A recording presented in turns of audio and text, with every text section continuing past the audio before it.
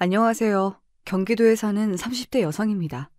제가 오늘 이곳에 찾아온 이유는 살다가 어이없는 상황을 겪었기 때문이에요. 처음 만났을 때는 대학 동문 선후배 사이라면서 친한 척하던 예비시모가 우리 아버지를 보자마자 상견례 자리에서 결혼을 깨버렸어요. 아버지가 휠체어를 탄다는 이유만으로 말이죠. 이야기가 거기서 끝났다면 평생 가슴치며 한으로 남았겠지만 예비시모가 모르는 비밀이 있었어요.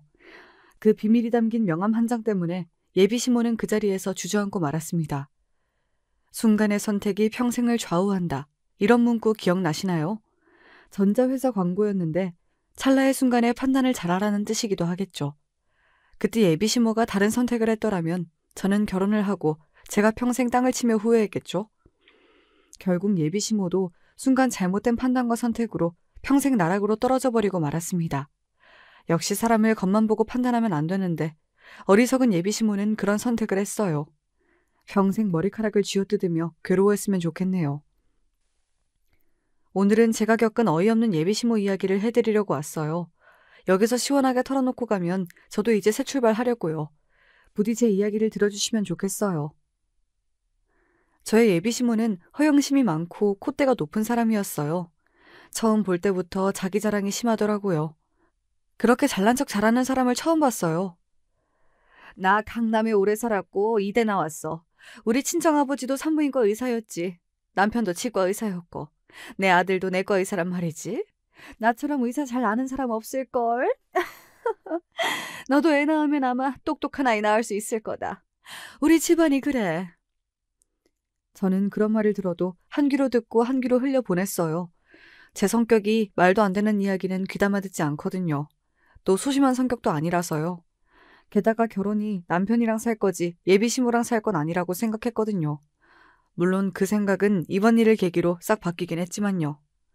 이렇게 예비시모는 대학이 어디다, 돈이 얼마 있다, 직업이 무엇이다 이런 식으로 사람을 나누면서 판단하더라고요.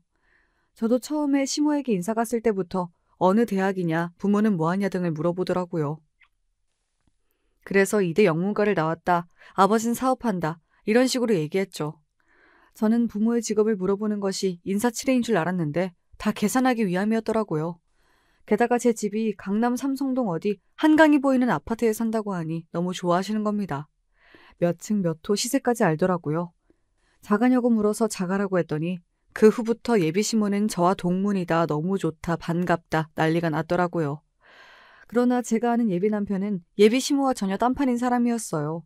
겸손하고 조용한 남자였기에 제가 선택했거든요. 아직 만난 지 6개월이 된 사이지만 3개월째 결혼하자고 남편이 프로포즈 하더라고요. 남편을 소개받을 때에는 결혼이 목적이다 보니 성격도 온순하고 성실한 남편이 좋아 보였어요. 그렇게 프로포즈를 받아들이고 만난 예비 시모.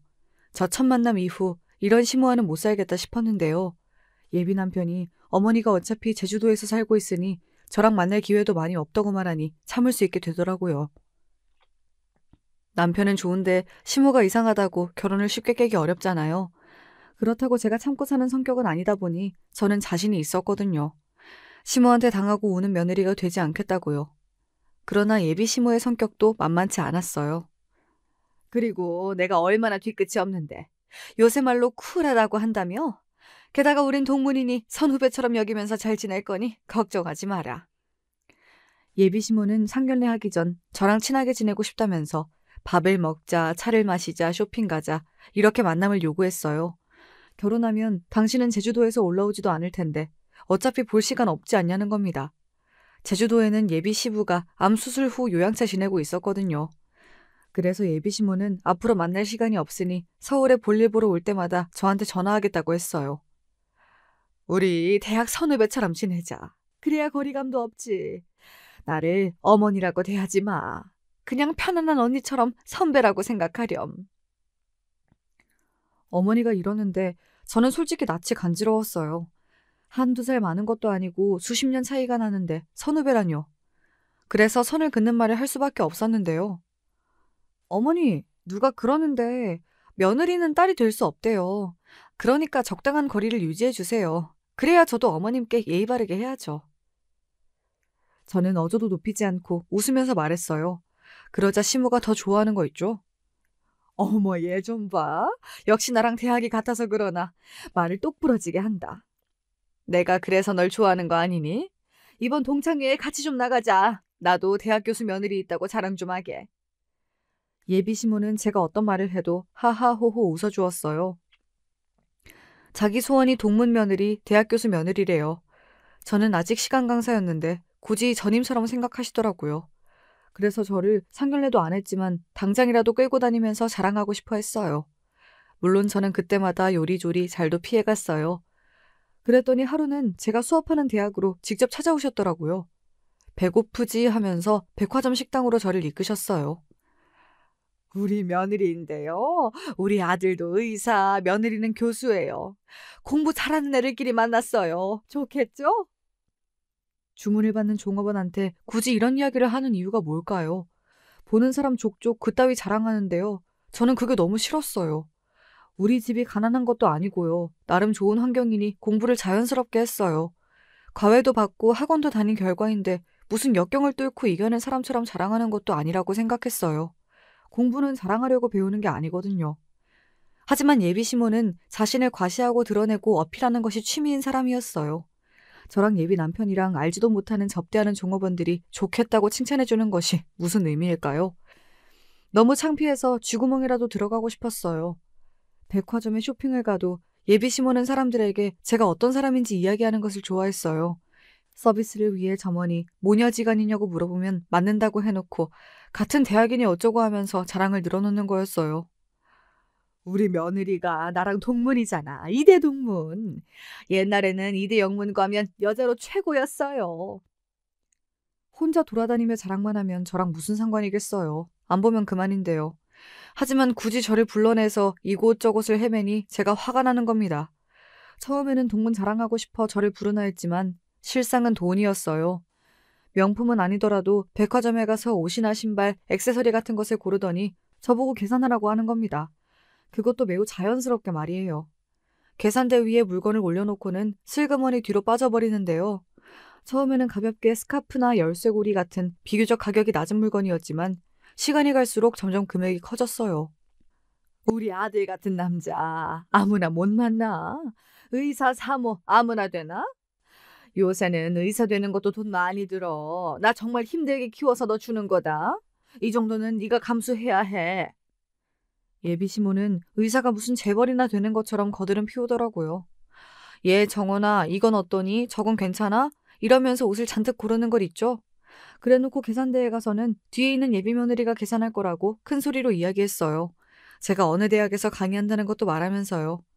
제 신상이 그렇게 노출되는데 계산 못하겠어요. 이런 말이 입 밖으로 나오지 않더라고요. 나 후배하고 이렇게 쇼핑하는 거 너무 소원했거든. 너무 좋구나, 정원아. 우리 인연이잖아. 이건 보통 인연이 아니야. 선배처럼 너도 나한테 그렇게 편하게 대하거라. 그게 말처럼 쉽나요?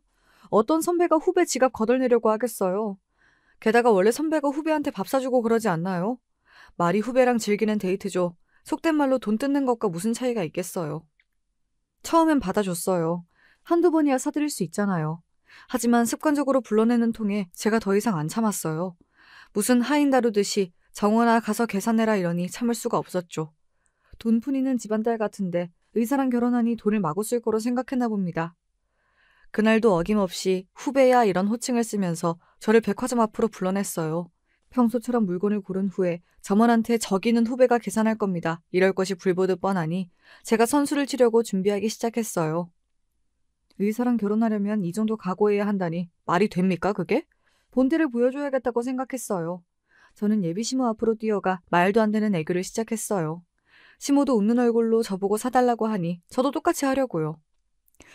선배님, 이거 사주세요. 저것도 사주세요. 저도 선배가 밥도 사주고 옷도 사주면 진짜 좋겠어요. 원래 선배가 후배 밥 사주고 술 사주는 거잖아요. 너무 좋아요, 어머니. 선배님이라 정말 좋다고요. 제가 이렇게 말하면서 선수를 쳤어요. 그리고 제일 비싼 매장에 들어가서 향수 몇 병을 집어들었어요. 백화점 입구에 가면 1층에는 주로 화장품이나 향수 판매장이 있잖아요. 한 병에 수십만 원짜리인데요. 그날은 제가 먼저 점원에게 말을 붙였어요. 저희 시어머니인데 저랑 대학 동문이세요. 이대 영문과 아시죠? 엄마도 꽈톱, 저도 꽈톱이지 뭐예요. 오늘 향수를 사주신대요. 너무 좋겠죠? 선배님, 계산해주세요. 저는 제가 그렇게 연기를 잘하는지 몰랐어요. 그동안 울분이 쌓였는지 입에서 말이 마구마구 쏟아지더라고요. 그날 백화점 주변에 같은 대학 동문이 있었다면 정말 죄송할 일이지만 저는 살고자 연기를 시작했어요. 여기서 예비 시모의 길을 꺾어내지 못하면 결혼 생활 내내 괴로울 것이 뻔했거든요. 게다가 꽈톱은 거짓말이었어요. 하늘 높이 띄워드려야 지갑을 꺼내들 것만 같았거든요. 게다가 점원이 제 뜻을 알아들었는지 어머 꽈톱 하면서 대단하시다 멋지다 막 칭찬하는 게 아니겠어요. 그랬더니 마지못해 예비 시모가 카드를 꺼내더군요. 처음에는 당황했지만 제가 왜 이렇게 행동하는지 알았는지 비릿한 미소를 짓더라고요. 제가 고분고분한 줄 알았는데 자기랑 같이 행동하니까 어이가 없고 화가 났을 거예요. 하지만 저도 멈추지 않았어요. 칼을 꺼냈으면 끝까지 잘라야 다신 이런 일이 없을 테니까요. 선배님, 오늘은 제가 안심 스테이크를 먹고 싶어요. 사주실 거죠? 원래 선배가 후배 사랑해주잖아요. 선배님 최고! 고층에 가면 양식당 있어요. 제가 사람들 다 들으라고 소리를 고래고래 질렀거든요. 선배, 선배 하면서 말이죠. 양식당 가서도 제가 일부러 주방장을 불렀어요. 스테이크 맛있다고 하면서 주방장을 치켜 세운 뒤 예비시모를 소개했죠. 이분이 예비시모인데 대학 선배다. 그래서 오늘 밥은 산다. 등등. 광고를 대대적으로 해버렸어요. 아마 양식당 사람들 모두 예비시모가 밥을 사는 걸 알 정도로 말이죠. 아마 그날 예비시모 100만 원 가까이 돈을 썼을 거예요. 물론 제가 해드린 비용의 10분의 1밖에 안 되지만 너무 속 시원한 거 있죠? 그 후에 집 돌아가기 전에 예비시모가 저에게 한마디를 던졌습니다. 정원아, 사람들 앞에서 너무 선배 선배 그러는 거 보기 안 좋구나. 우리 자제하도록 하자. 헤어질 때 이렇게 이야기하는 걸 있죠? 역시 거울 치료가 정신개조에는 중요한 건가요? 저는 또 헤헤 웃으며 다시 한번 쐐기를 받았어요. 네, 어머님이 그동안 저 데리고 다니면서 그러시길래 너무 좋아 보여서 저도 따라했거든요? 하지 말까요? 보기 안 좋으세요? 알겠어요. 선후배 사이 참 좋았는데 아쉽네요. 제가 그렇게 말하자 예비시모 표정이 일그러지더라고요. 가관도 아니었어요. 역시 어머니 이러지 마세요. 아니요, 그건 싫어요. 이런 말보다 행동으로 보여주는 것이 효과가 좋았어요. 그 전에는 일주일에 한두 번 정도 올라와 저에게 전화했는데 그 후에는 제주도에서 잘 올라오지 않으셨어요. 아마 계속 시모의 이상한 행동이 있었다면 결혼 안 하겠다 제가 발표했을 텐데요. 예비 남편에게 이야기하려고 했지만 선뜻 입 밖으로 말이 안 나오더라고요. 너희 엄마 이상해 이런 소리가 쉽게 안 나왔어요. 그래서 남편을 소개해준 외삼촌을 찾아갔어요. 삼촌, 예비시모 이상해. 전환생활에서 서울로 안 올라올 줄 알았는데 맨날 올라와서 선배니 후배니 맨날 학연에 집착한다니까? 요샌 안 오시지만 언제 들이닥칠지 몰라. 이렇게 외삼촌한테 제가 따지면 속이라도 조금 시원해졌어요. 도대체 왜 이상한 예비시모가 있는 남자를 소개했냐고요. 솔직히 어떻게 알겠어요. 시모가 어떤 인물이라는 걸요. 그래도 괜히 원망이라도 해야 속이 시원했어요. 외삼촌은 남편의 지도 교수예요. 외삼촌은 남편이 착실하고 예의 바르고 단정해서 조카의 짝으로 괜찮겠다 싶어 저를 소개해 주었어요. 외삼촌은 이혼남이고 아직 자식이 없었거든요. 특히 외삼촌과 저는 예전부터 우리 집에서 함께 살아서 그런지 더 잘 통하거든요. 엄마가 돌아가신 후에도 외삼촌은 계속 우리 집에 있었어요. 엄마가 죽고 나자 제 나이가 고작 15살이라 외삼촌도 선뜻 누나가 없다고 우리 집을 나가진 못했어요. 사춘기에다 엄마 잃은 슬픔이 있으니 얼마나 힘이 들었겠어요. 그렇게 제 마음을 잘 다독이게 도와준 것도 외삼촌이었거든요. 제가 대학을 졸업할 때쯤 외삼촌은 결혼하게 되었는데 2년 만에 결혼 생활에 마침표를 찍고 이혼남이 되어버렸어요. 남편을 소개할 당시 저희 아버지가 외손주 보는 게 소원이라고 하니 삼촌이 신랑감을 물색했어요. 솔직히 우석이만 좋으면 됐지. 나머지는 나도 모르지. 설마 시무가 같이 살자고 하겠어? 우석이도 자기 엄마랑 같이 안 산다고 했는데 그건 확실해. 자기 엄마 감당 아무도 못한다고 절대로 같이 안 산다고 했어. 뭐? 그 사람도 자기 엄마 이상한 걸 알고 있네? 무섭다 무서워. 그럼 이 결혼 해야 해 안 해야 해? 우석이는 좋잖아. 아니야? 솔직히 아직 너희 아버지가 누군지 말을 안 해서 그렇지. 나는 문제 없다고 생각해. 우석이는 진짜 내가 보증해. 설마 이상한 남자를 하나뿐인 조카에게 소개하겠니? 하늘에 있는 누나 무슨 낯짝으로 보려고. 하긴 삼촌 말도 맞았어요. 앞으로 남편도 바쁘고 저도 바빠지니 만날 일도 없다고 생각했는데요. 하지만 예비 시모는 이미 반격을 준비하고 있더라고요.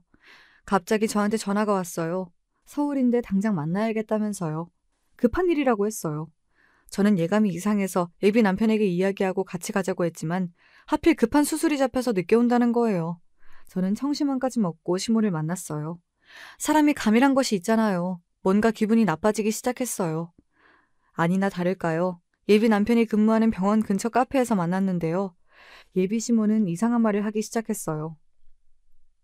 내가 그동안 고민을 해봤는데 제주에서 말고 이제 서울로 올라와서 살아야겠구나. 너희들 결혼하고 애 낳으면 관리하기도 어려우니까 말이야. 카페에 앉자마자 커피 주문도 하지 않았는데 이렇게 폭탄을 제 머릿속에 투하했어요. 그래도 일말의 희망, 같이 살자고는 하지 않겠지 싶었어요. 하지만 슬픈 예감은 언제나 적중하잖아요. 같이 살자는 거야. 무슨 집을 따로 얻어? 평생 같이 살자는 것도 아니고 당분간만이야. 첫 아이 낳고 얼마 키우고도 나면 내가 내려가마. 저는 덜덜 떨리는 마음을 부여잡고 아이스 아메리카노를 주문하고는 다시 자리에 앉았어요. 그 자리에서 아악 하고 소리를 지를 뻔했기 때문이에요. 한 모금 마시면서 마음을 가다듬고 말하기 시작했는데요. 아버님 요양사 내려가셨는데 서울에 오시면 누가 돌봐드려요? 많이 좋아지셨어. 간병인도 잘해주니까. 그리고 주말에는 왔다 갔다 하면 되겠지. 그리고 정원이 네가 일해야 하니까 집에 내가 있어주면 도움이 되지 않겠니? 그동안 우리 선후배라서 친해졌잖아. 입은 웃고 있는데 속에서 천불이 나는 경험을 했습니다. 저는 종업원이 가져다준 아이스 아메리카노를 벌컥벌컥 마셨어요. 그리고 입을 열었습니다. 어머니, 그건 아닌 것 같아요. 같이 살다뇨. 어머니랑 저랑 성격도 너무 달라서 힘들 것 같아요. 저는 용기를 내서 말했어요. 여차하면 지옥문이 열릴 것만 같았거든요. 여기서 시모 페이스에 말리면 평생 함께 살지 모른다는 두려움이 생겼어요. 저는 우석 씨랑 단 둘이 살고 싶어요. 그리고 당분간 아기 생각도 없고 어머님이 해줄 일이 없습니다. 너무 단칼에 거절하는구나. 네가 너무 버릇이 없어. 난 걱정이다. 저번에 보니 향수 같은 고급 제품도 헤프게 구매하고 음식도 비싼 것만 사 먹고. 왜 그러니? 혹시 없이 살다가 갑자기 의사 만나니 정신을 못 차렸니?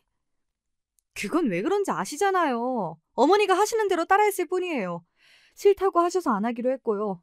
그리고 저 그 정도 살 수 있고 먹을 수 있게 돈 벌고 있어요.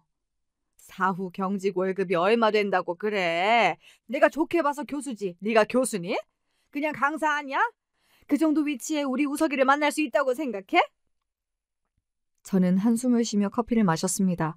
또박또박 대드는 것도 무의미하다는 생각이 들 정도였어요. 뱃속으로 쓰린 커피가 스며드는 기분이었습니다. 예비 시모는 아랑곳 없이 더 심한 말을 내뱉었어요. 의사 월급 많다고 그거 다 쓰게 되면 어쩌니? 게다가 친정엄마도 안 계신데 나라도 가르쳐줘야지. 안 그래? 가정교육은 중요한 거야. 내가 선배라서 도움을 줄 수 있고. 제가 가정교육 못 받았다고요? 제가요? 어머니, 예의 없게 한 행동이 하나도 없습니다. 이렇게 무리하게 당장 연락해서 나오라는 것도 거부하려다 어른이 비행기 타고 오는데 나가는 게 도리로 앉아있는 겁니다. 말 함부로 하지 마세요, 어머니. 짜증이 나는 얼굴로 겨우 앉아있는 게 예의니? 집에 의사라곤 외삼촌밖에 없잖아. 의사 부인으로 덕목부터 하나하나 가르쳐야지. 너희 아버지 집에서 쉬신다며? 엄마도 일찍 돌아가시고 외삼촌 덕분에 큰 것 같은데 외숙모도 안 계시잖아. 내가 도와줄게. 의사 부인 덕목이라뇨. 어머니, 그런 것이 어딨어요.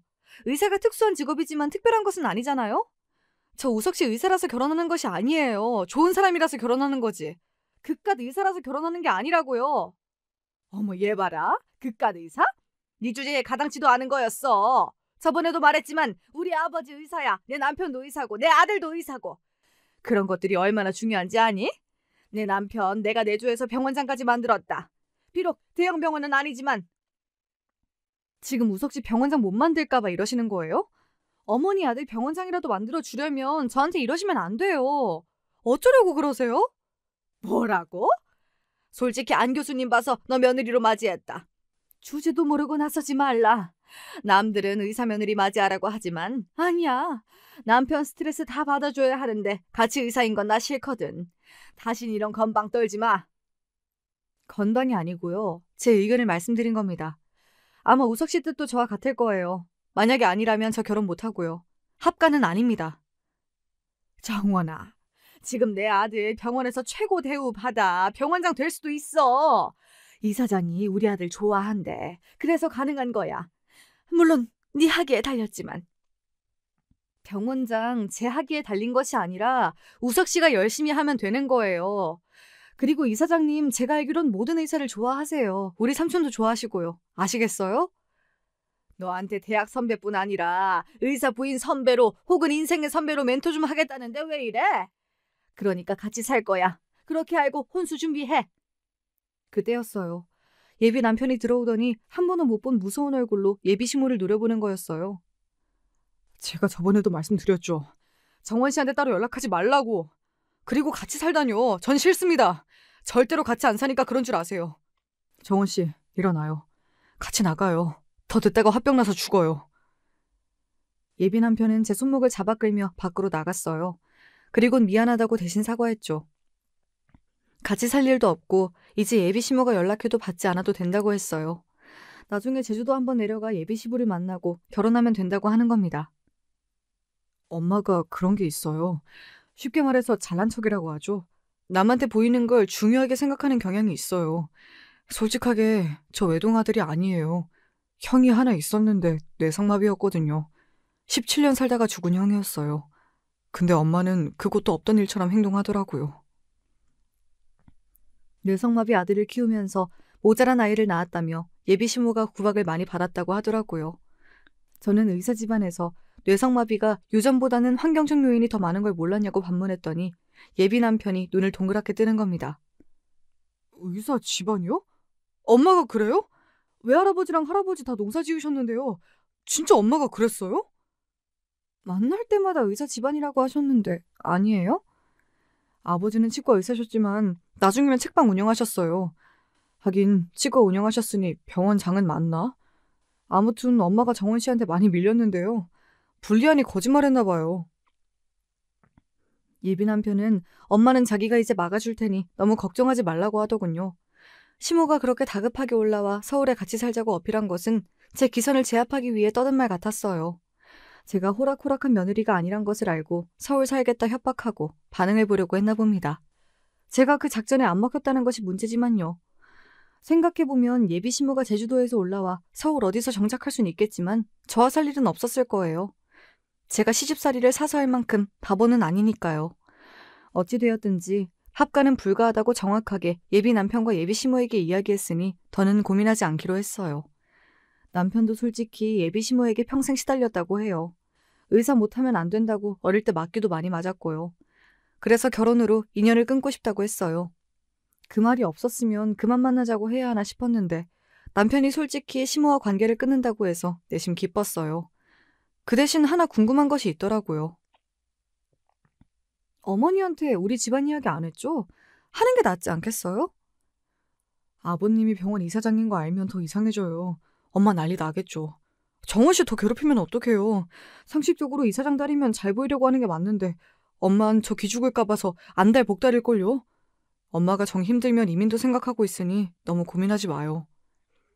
우석 씨 어머니라서 잘 보이고 싶었는데 일이 이렇게 됐네요. 정원 씨가 그래도 고맙게 엄마 받아줬잖아요. 엄마는 제가 의사가 된 것이 너무 자랑스러워하는데 문제예요. 적당히 하면 좋은데 장인어른 소개는 상견례 때 자연스럽게 하죠. 예비 남편의 뜻이 예비 시모에게 전해진 탓일까요? 몇 주간은 정말 잠잠했어요. 합가 이야기도 물 건너갔고요. 그렇게 시간이 지나니 상견례를 할 차례가 되었어요.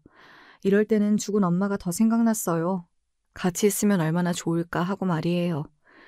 저는 예비 시모의 말대로 엄마가 일찍 돌아가셨죠. 외삼촌도 자기를 아들처럼 키운 엄마가 죽자 서럽게 울었습니다. 그 후에 저는 삼촌이랑 아버지, 저랑 함께 살기 시작했어요. 저는 엄마 이름 불행 다음에는 더 심한 것들이 오지 않겠다 싶었지만 산 넘어 산이라고 아버지가 몇 해 전 교통사고를 당해서 하반신이 마비되어 불구가 되셨어요. 그 당시 50 초반이었는데 갑자기 그런 일을 당해 충격이 컸어요. 불행이 자신을 덮친다는 생각이 들었다고 해요. 그때부터 다시 경영 공부도 시작하셨어요. 겉으로 보기엔 저희 아버지가 장애인인 것 같아도 병원 이사장입니다. 전직 의사셨고요. 그걸 예비 시모에게 숨겼죠. 왜냐고요? 물론 예비 남편 뜻이었어요. 어머니가 유별나셔서 어떤 반응일지 모르겠어요. 너무 좋아하시면 제가 낯을 볼들 것 같아서요. 아니면 정원 씨 기선을 제압하려고 난리를 치면 저 감당 못해요. 정원 씨랑 결혼하고 싶어요. 장인어른 때문이 아니라요. 정원 씨 정말 좋아합니다. 예비 남편은 이 결혼에 부모들의 직업이 무슨 상관이냐고 덧붙였어요. 하긴 그 말도 맞죠. 우리 아빠가 이사장이고 병원을 세운 사람이라고 해도 남편이 병원장이 된다는 보장은 없으니까요. 저희 부녀는 철저히 각자의 삶에 충실히 하고자 했어요. 남편도 제 뜻을 이미 알고 있으니 걱정할 필요도 없다고 말하더군요. 그런 상념에 사로잡혀 상견례 전날 잠을 한숨도 못 잤거든요. 예비 남편이 예약한 조용한 호텔 양식당으로 향했어요. VIP만 가는 방이었는데 아마 삼촌이 정해준 곳인가 봐요. 왜냐하면 아버지랑 제가 자주 이용하던 곳이거든요. 아버지가 다리가 불편하니 새로운 곳은 아무래도 어려울까 배려했다고 했어요. 시모는 몸이 아픈 시부 대신 혼자 참석한다고 했어요. 그래서 나중에 제주도로 한번 방문하기로 했고요. 예비 시모는 저한테 아직 감정이 남아있는지 째려보시더라고요. 하긴 같이 안 살겠다고 했으니 그럴 수 있겠다며 이해하려고 했지만 그 이후 시모의 행동으로 상견례는 아수라장이 되고 말았습니다. 그날따라 도로 사정이 좋지 못해서 차가 막혔어요. 예비 남편과 예비 시모는 먼저 상견례장에 도착했어요. 외삼촌도 도착했다고 문자가 왔지만 저와 아버진 그제야 호텔 주차장을 들어섰어요. 저는 수행비서가 아버지를 휠체어에 태우는 걸 보고 제가 예비 남편에게 전화했어요. 지금 다 도착했어요. 시간이 걸릴 것 같아요. 아버지 준비가 필요해서요. 예비 남편은 신경 쓰지 말고 천천히 오라고 했지만 벌써 40분이 넘어가니 제가 다 불안하더라고요. 아버지는 중간에 화장실에 가야 하니 저보고 먼저 올라가 있으라고 했어요. 비서에게 아버지를 맡기고 전 양식당 예약룸으로 제가 먼저 들어갔어요. 예비 시모는 웃지도 않고 창문을 응시하고 있더라고요. 죄송해요, 어머니. 너무 늦었죠. 사고가 나서 도로가 꽉 막히더라고요. 여기 다 바쁜 의사 모셔놓고 늦는 것이 말이 되니? 미리 와서 준비하면 좋잖아. 시모는 외삼촌이 있거나 말거나 싫은 소리를 쏟아냈어요. 지배인이 들어와 주문하려는데 저를 보고 오셨어요 하고 인사를 하는 겁니다. 그걸 시모가 도끼 눈으로 째려보더군요. 이런데 자주 오니? 돈을 그렇게 물쓰듯 쓰면 어떡해. 그래서 같이 살자고 한 건데. 어머니 그만하세요. 저랑 약속하고 오셨잖아요. 정원 씨 삼촌도 계시는데 왜 그러세요? 여기 제가 예약하라고 박 선생에게 이야기했습니다. 정원이랑 매영이랑 자주 오던 곳이라. 그렇게 안 비싸요, 사돈 어르신. 네, 저번에 보니 새아가 씀씀이가 해프더라고요. 그래서 드리는 말씀입니다. 제가 이래 보여도 의사 집안 사람이에요. 의사 부인이 돈을 많이 쓰면 구설에 오르더라고요. 우리 며느리는 절제가 필요한 법이에요. 어머니 그만하세요. 오늘 아무 말도 하지 않기로 저와 약속했잖아요. 아니면 저 먼저 일어납니다. 예비 남편이 탁자에 있는 시모 손을 꽉 잡았습니다. 그만하라는 뜻일 텐데요. 그러자 시모가 입을 닫고 말더군요. 그때 똑똑 소리가 들렸어요. 저는 일어나 문을 열었습니다. 비서가 휠체어를 밀고 들어왔어요. 안녕하세요. 정원이 아비 되는 사람입니다. 제가 몸이 이렇게 불편해서 늦게 왔습니다. 예비 남편은 벌떡 일어나 비서 대신 휠체어를 밀어 제 옆자리에 고정해 주었어요. 시모는 인사도 없이 그 모습을 빤히 바라보고 있는 게 아니겠어요? 어머님, 저희 아버지세요. 아버지, 우석 씨 어머님이세요. 네, 안녕하세요. 정원이 아비입니다. 아버지가 인사를 2번 해도 예비 시모는 그저 아버지를 바라보고만 있었어요. 예비 남편이 엄마 인사하세요 이렇게 말해도 묵묵 답답이더니 갑자기 일어나 탁차를 툭 하고 치는 게 아니겠어요? 내가 이럴 줄 알았어요. 안 교수님, 너무하신 거 아니에요? 이 결혼 안 되겠어요. 며느리 될 아이가 마음에 들지도 않는데 이런 병신 집안하고는 결혼 못해요. 어머니! 그게 무슨 말씀이에요? 무슨 집안이요? 예비 남편은 얼굴이 사색이 되어 하얗게 변하고 말았습니다. 그리고 제발 그만하면서 울먹이기까지 했어요. 하지만 시모는 계속 진격을 시작했어요. 처음에는 아이가 착하고 좋은 줄 알았는데 얼마나 드세고 잘난 척을 하는지. 그런데 뭐? 아버지 저 모양 저 꼴이면서 어디서 바락바락 대들어. 이 결혼 못해. 안 해. 가자 우석아. 저는 진짜 한숨이 나왔어요. 병신이라니요. 삼촌도 어안이 벙벙해서 멍하게 저를 바라보더라고요. 아버지만 허허하고 웃으셨어요. 아버지가 웃으니 예비 시모가 더 어안이 벙벙한 걸 있죠. 어머니, 진짜 이러실 거예요? 어떻게 그런 말씀하세요? 후회해도 소용없지만 사과라도 하세요. 아니면 후회하십니다. 박 선생, 그러니까 말씀을 드리자고 했잖아. 괜찮으세요, 매형? 병신 집안이라 안 해요. 제가 그럴 만한 사정이 있습니다. 시댁 식구들한테 억눌려 사는 것도 싫고요. 저는 갑니다. 우서가, 가자. 엄마 사과하세요. 이사장님이세요. 일단 사과하시라고요. 예비 시모는 어리둥절하게 서 있더라고요. 아버지가 직접 휠체어를 끌고 가셔서 시모 앞에 명함 한 장을 내밀었습니다. 거기에는 예비 남편이 근무하는 병원 로고와 함께 이사장이라는 직함이 떡하니 보였어요. 예비 시모는 그 명함을 보고 그 자리에 무릎을 꿇어버렸어요. 죄송해요. 어떡하니 우서가. 어떡해요. 제가 미쳤나 봅니다. 시모는 명함을 주고는 달달 떨고 난리가 났어요. 놀라면 지린다고 하는데 그랬을지도 모르죠. 그렇게 병원장 어쩌고 타령했는데 정작 아들이 근무하는 병원 이사장한테 이상한 말을 했으니 지를 수밖에요. 어머니, 말씀을 그렇게 함부로 하시다니 정말 실망입니다. 같은 대학 동문이요. 그거 더 창피합니다. 다리가 불편한 거지 병신이라뇨. 그만해라 정원아. 그 말이 맞지. 다리를 못 쓰는데 그래서 못하신다니 정말 유감입니다. 아니요, 아닙니다. 제가 돌았나 봅니다. 결혼해야죠. 아니요, 해야 되죠. 전 아닌 것 같아요. 저희 돌아가겠습니다. 아버지, 전 이 결혼 미련이 없어요. 죄송합니다. 오늘 여기까지 하는 게 좋겠습니다. 정원 씨 미안해요. 내가 연락할게요. 하지만 저는 이미 마음이 다쳐버렸습니다. 병신이요? 그런 단어를 입에 올릴 수가 있나요? 외삼촌을 미리 이사장 딸이라고 말하지 않는 것이 다행이라고 했어요. 이렇게 속마음을 알 수 있게 되었으니 말이죠. 아들은 반듯한데 어머니가 엉망이라며 혀를 찼습니다. 넌 무슨 실수했어? 왜 너는 마음에 안 든다고 하니? 나는 그게 더 싫어. 나야 병신이라고 하든 말든 왜 내 딸이 싫대? 결혼 안 할래요. 시모 생각하면 소화가 안 돼요. 미친 사람 같아요. 아들 직장 상사 조카라고 하는데 어디서 병신이래? 하여간 사람이 하나를 보면 열을 안다고 별로인 것 같아요. 그렇게 성급하게 판단하지 말고 기다려보자. 사람이 진중하진 못해도 솔직해. 그렇게 쉽게 속마음은 들었잖아. 아버진 세상에 다양하고 이상한 사람들이 많다며 저보고도 이성을 찾고 흥분하지 말라고 하더라고요. 흥분이 오히려 일을 망친다며 차분하게 바라보고 선택해도 늦지 않는다고 하셨어요. 그날 밤 예비 남편이 찾아왔지만 저는 방 안에서 나가지 않았어요. 아버지와 뭐라고 이야기를 했는지 알고 싶지도 않았어요. 문자로 미안하다는 말이 몇 번 왔어도 저는 답을 하지 않았어요. 하지만 저도 사람이라 잠을 설쳤는데요. 새벽에 너무 잠이 안 오니 공원이라도 뛰어볼까 밖으로 나가니 아파트 입구에 예비 남편 차가 보이더라고요. 남편은 저를 보더니 차에서 내려 다가왔어요. 초췌한 모습이 안타깝긴 했어요. 엄마가 이상하니 그렇게 고생이구나 하고 싶더라고요. 집에 안 갔어요? 왜요? 저는 박우석 씨랑 더 이상 할 말이 없어요. 엄마와 의절하기로 했어요. 엄마 더 이상 정원 씨 앞에 오지 않을 거니 넓은 마음으로 이해를 해주면 좋겠어요. 우리 결혼하는데 엄마는 없을 거예요, 이제. 결혼이요? 전 생각 더 해봐야 될 것 같아요. 진행되겠어요? 그나저나 아버지는 뭐라고 하세요? 아버지가 이해한다고 하세요? 네. 엄마가 오셔서 사과라도 할까요? 하니 됐다고 하시네요. 정원 씨가 받아주시면 결혼은 할 수 있다고 하셨어요. 박우석 씨, 생각 좀 해볼게요. 일단 돌아가세요. 오늘 업무 지장 있잖아요. 저는 겨우 예비 남편을 달래서 돌려보냈어요. 하긴 병원 이사장 딸이라서 그런 건가요? 예비 남편은 저를 붙잡고 싶었던 모양이에요. 그런데 왜 제 아버지가 이사장인 것을 이야기하는 것을 꺼렸는지 생각해봤어요.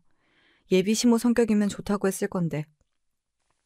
휠체어 아니라 진짜 아버지가 몸에 문제가 있어도 받아줄 것 같았거든요. 물론 시모였다면 병원에 골백번도 더 왔을 거예요. 소문이 무서웠다니 왜 그럴까 의문의 답이 풀리지 않았어요. 병원에 소문이 나도 나쁜 소문도 아닌데 지장이 없어 보였거든요. 이런 의문이 풀리기도 전에 예비 시모는 너무 뻔뻔하게 저에게 전화하는 겁니다. 안 받으니 학교로 전화하고 또 찾아왔어요. 저는 전화도 차단하고 말았는데요. 어느 날 수업을 끝내고 집에 가려는데 조교가 헐레벌떡 뛰어와 학과장이 저를 찾는다고 말했어요. 학과장 방에 가보니 이미 학과장과 예비 시모가 환하게 웃고 있었어요. 제가 왜 모교 학교의 전임 강사가 되었을까요?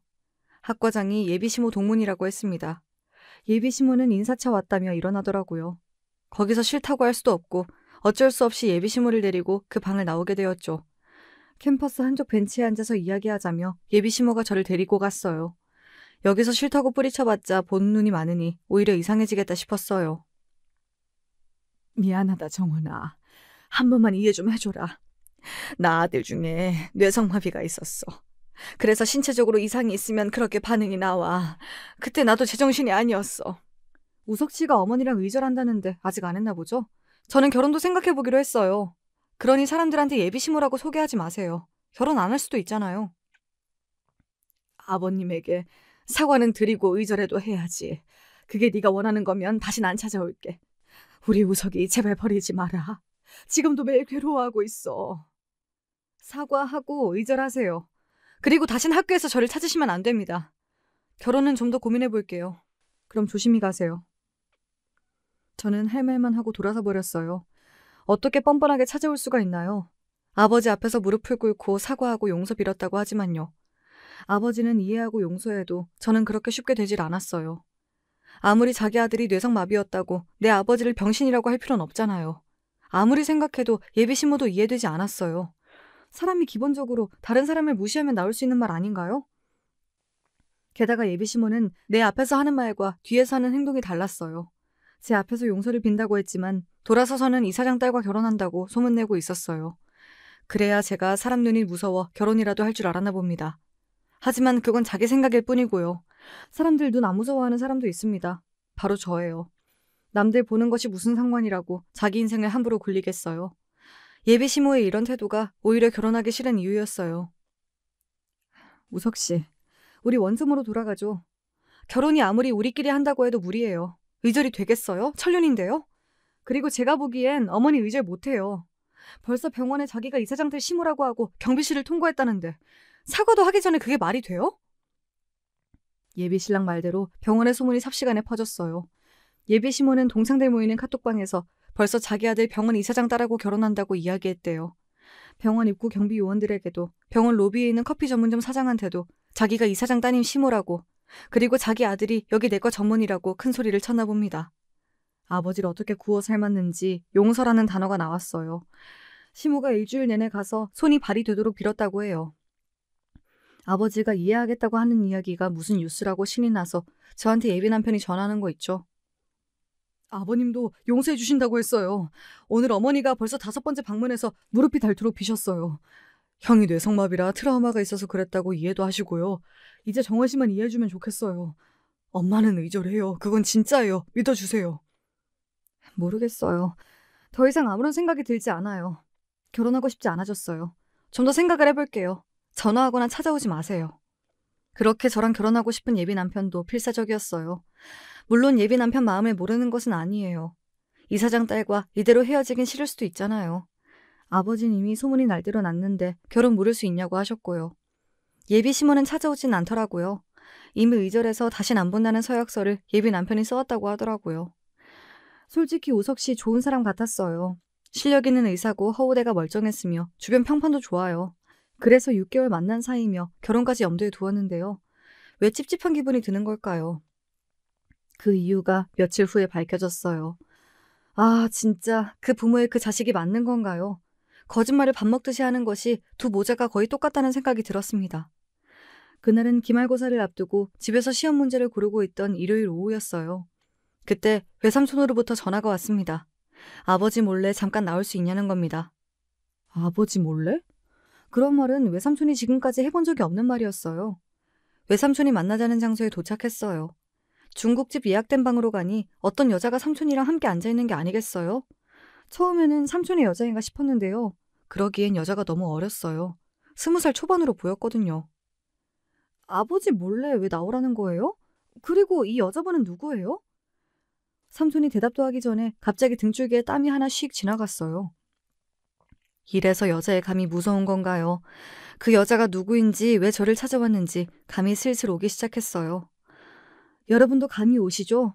정말 예비 남편이랑 사귀고 있던 여자라는 겁니다. 임신 8개월이라고 하던데 저는 헛웃음이 나오더라고요. 미안하다 정원아.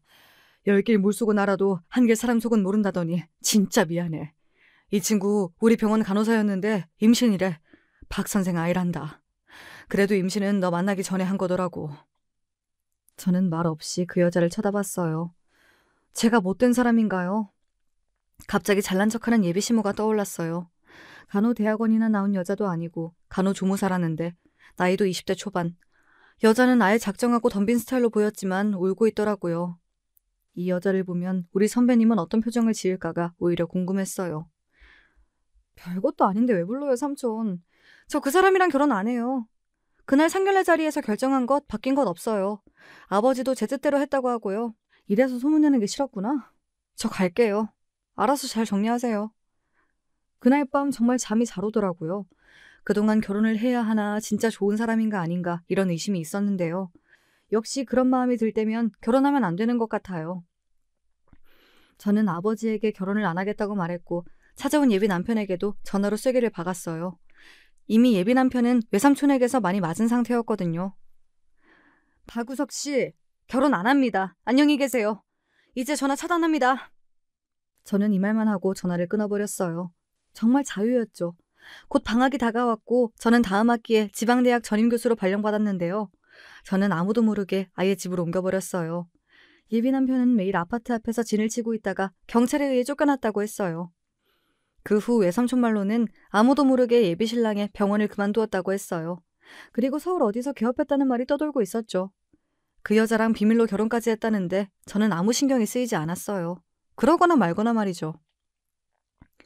그 후에는 소식을 몰랐는데요.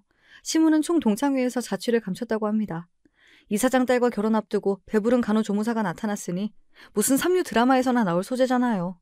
하지만 현실은 이사장 딸은 그런 의사와 결혼하지 않거든요. 그런데 말이죠. 예비 남편에 대해선 미련이 없는데 가끔 예비 시모가 생각났어요. 너무 싫어해서 그런 건가요? 자동차 고장으로 그날따라 터미널을 이용해 학교 통학을 했는데요. 시간이 남아서 터미널 아래 상가에 쇼핑하러 갔습니다. 가볍게 입을 면티를 사려고요. 근데 거기서 그 예비 시모를 딱 마주쳤어요.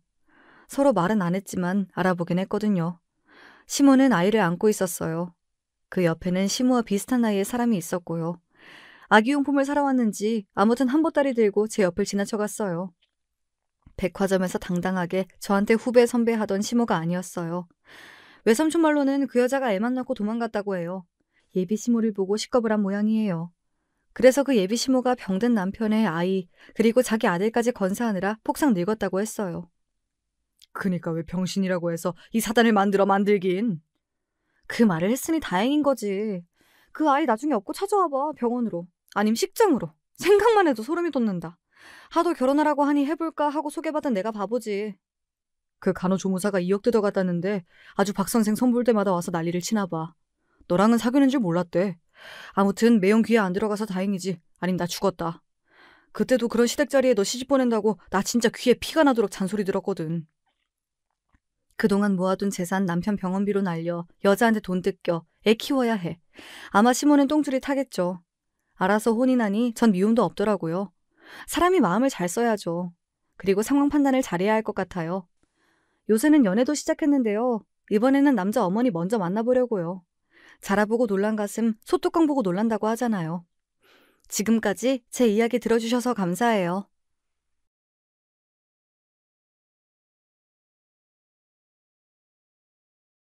안녕하세요. 저는 경기도 남부의 어느 고즈넉한 동네에서 살고 있는 중년 여자입니다. 사연을 한 편씩 틀어놓고 집안일을 하는 습관을 가지고 있는데요. 만약에 제가 보낸 사연이 소개가 된다면 그날은 정말 즐거운 추억을 만들며 집안일을 할 수 있지 않을까 싶어서 그런 상상을 해보니까 재밌더라고요. 그래서 한번 사연 신청을 도전해보게 됐어요. 인생은 도전의 연속이라고 하잖아요. 그러니 비록 제가 젊고 어린 시절보단 생기와 총명이 덜하다지만 반짝반짝 눈을 빛내며 컴퓨터 자판을 두드려 보렵니다. 세상이 이렇게 빨리 변할 줄은 몰랐던 것 같아요. 어린 시절 전 기껏해야 땅 따먹기를 오락으로 즐기던 소녀였으니까요. 컴퓨터가 뭔지도 모르고 자라났던 시절 저희 집엔 조부모님이 함께 계셨답니다. 친정 아버지께서 집안의 유일한 아들이셨거든요.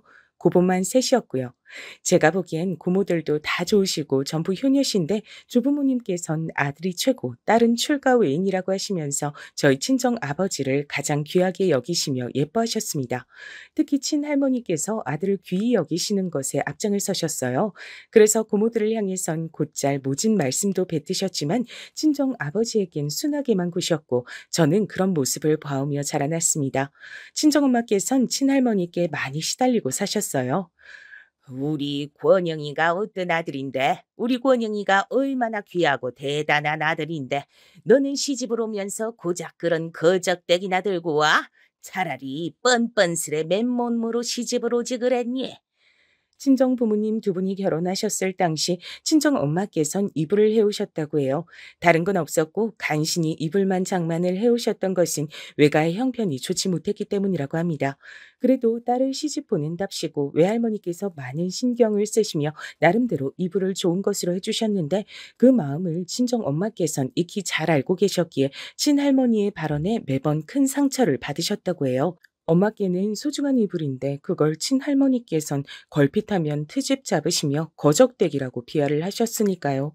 엄마께서 시집을 오신 지가 한창이었는데도 친할머니께선 두고두고 이불 얘기를 하셨으니 매사에 친정엄마께서 얼마나 시달리시며 힘든 시집살이를 하셨는지 능히 짐작이 가능한 대목입니다.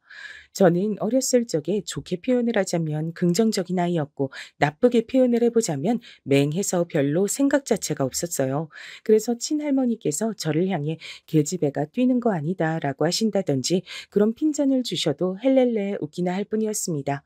친할머니께서 서열이 훨씬 위라서 친정 엄마께서 꼼짝을 못하고 당하고 사신다는 것 정도야 당연히 저도 본능적으로 알았지만요. 그래서 저는 엄마께선 아무래도 당신의 시어머니를 무척이나 싫어하고 증오하고 계실 거라고 생각하고 있었어요. 그게 당연하니까요. 근데 사람의 마음이란 한 갈래로만 나와 있지 않다는 걸 전 곧 알게 됐습니다. 친할아버지께서 어느 날 갑자기 사고를 당해 돌아가시는 일이 생겼어요. 여느 때처럼 자전거를 타고 나가셨다가 트럭에 치여서 숨을 거두셨습니다. 엄청난 사건에 동네가 뒤집어졌고 친할머니께선 소식을 듣고 현장에 달려가셨다가 그대로 훈절을 하셨죠. 충격이 극심하셨기 때문인지 깨어나신 후로 계속해서 손발을 덜덜 떠셨고 말씀을 똑바로 못하셨습니다.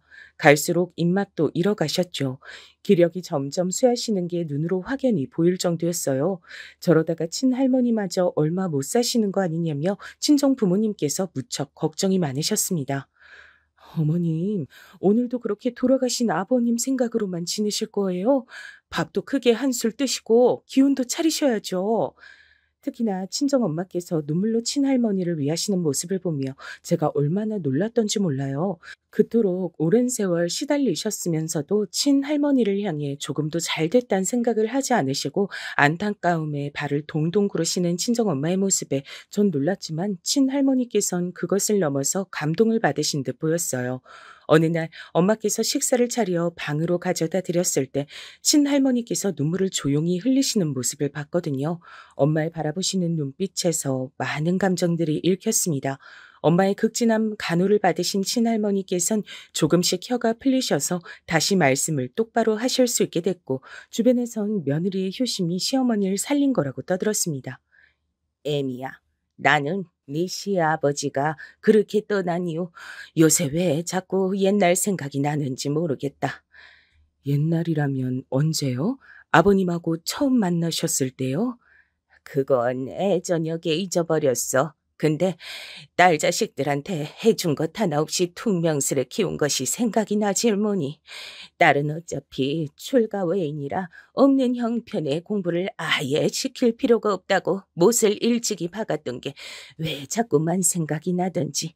너는 왜 아들이 아니고 딸로 태어났냐면서 내가 딸들한테 구박을 해댔던 것이 요새 자꾸만 생각이 나서 내가 마음이 불편하고 계속 입맛도 없고 그렇다. 저승에서 네 시알비가 딸한테 미안하단 소린 못하고 여기 와버렸으니 어쩌나라고 나한테 한숨을 푹푹 쉬어대는 것만 같아. 그렇게 모진 태도로 딸 자식들을 키우면 안 됐던 것인데 네가 지금 나한테 잘 대해주는 것을 보면서 나도 참 이런저런 생각이 많이 드나 보다. 저는 어느 날 두 분의 대화를 듣게 됐죠. 그래서 할머니께서 고모들과 함께 난생 처음으로 여행을 떠나기로 결정하셨다는 이야기를 며칠 뒤에 전해 들었을 때 금세 납득을 했습니다. 할머니께선 이런저런 생각이 많이 드셨던 거죠. 그렇게나 모진 소리를 많이 듣고 사셨던 고모들인데도 할머니께서 함께 나들이를 다녀오자고 청하시자 세 분 다 무척이나 기뻐하시면서 즉시 준비를 하셨다고 하더라고요. 전 엄마에 이어 또 한 번 사람의 마음이란 이상한 거라고 생각이 들어 놀랐습니다. 그래서 이번엔 엄마께 한번 여쭤봤어요. 할머니께서 그렇게나 사람을 힘들게 하시고 못되게 구셨는데도 왜 좋아하고 따르는지 이해가 안 간다고요. 그랬더니 엄마께서 싱긋 웃으시며 저와 눈을 맞추시고는 저에게 이런 질문을 던지셨어요. 민정아, 너는 이 다음에 커서 어떤 사람하고 결혼할 거야? 당연히 사랑하는 사람이요. 아마도 결혼할 만큼 사랑하는 사람이겠죠? 사랑하는 사람하고 우리 민정이가 결혼했다 치자. 근데 결혼 생활 도중에 힘든 일이 자꾸만 일어나는 거야.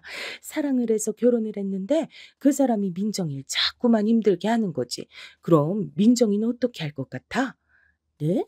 제가 사랑하는 사람이 저를 힘들게 해요? 그렇다면 결혼을 후회할 것 같아요.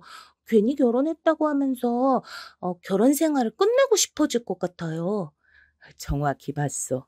사랑이란 건 겨우 고작 그런 것인 거야. 결혼을 하게 할 만큼 대단한 감정이기도 하지만 한순간 식어버리고 사랑이 나쁜 감정으로 변하기도 한단다. 사랑했던 만큼 상대에게 실망해서 그래. 그렇담 어떻게 해야 그렇게 되는 걸 막을 수 있을까? 애초에 어떤 마음으로 결혼해야 될까? 그건 바로 민정아. 엄마 생각엔 있지? 희생이야.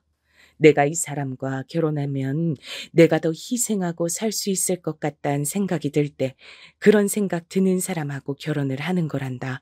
희생이란 쉽게 말해 나보다 상대를 더 위하는 마음이야. 이런 희생 없인 사랑을 이어갈 수가 없어.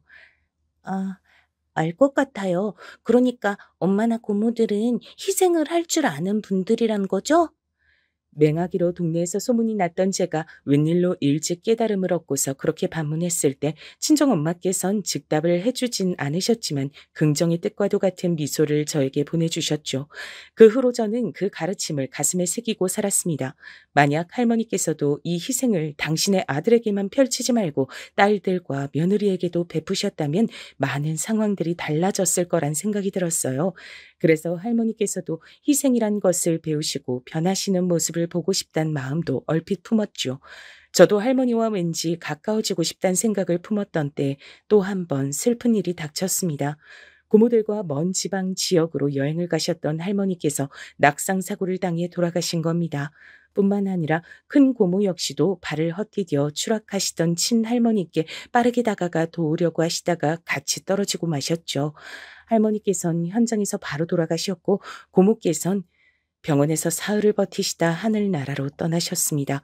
다른 고모들이 알려주시길 할머니와 여행을 가게 됐을 때 유독 큰 고모께서 싱글벙글 웃으시며 기뻐하셨었대요.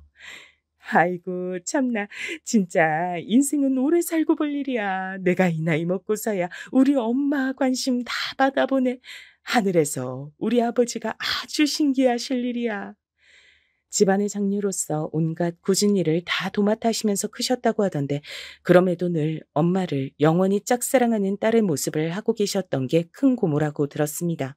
할머니와 함께 여행을 가기 위해 모자도 새로 구입하시고 운동화도 깨끗하게 빨아서 신고 가셨다는 얘기를 들었을 때 모든 가족들이 흐느껴 울었습니다.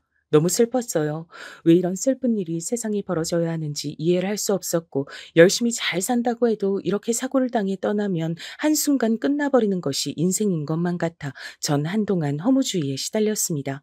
제가 이런 얘기를 하는 것은 고졸로 끝난 저의 학력에 대한 변명일 수 있겠어요.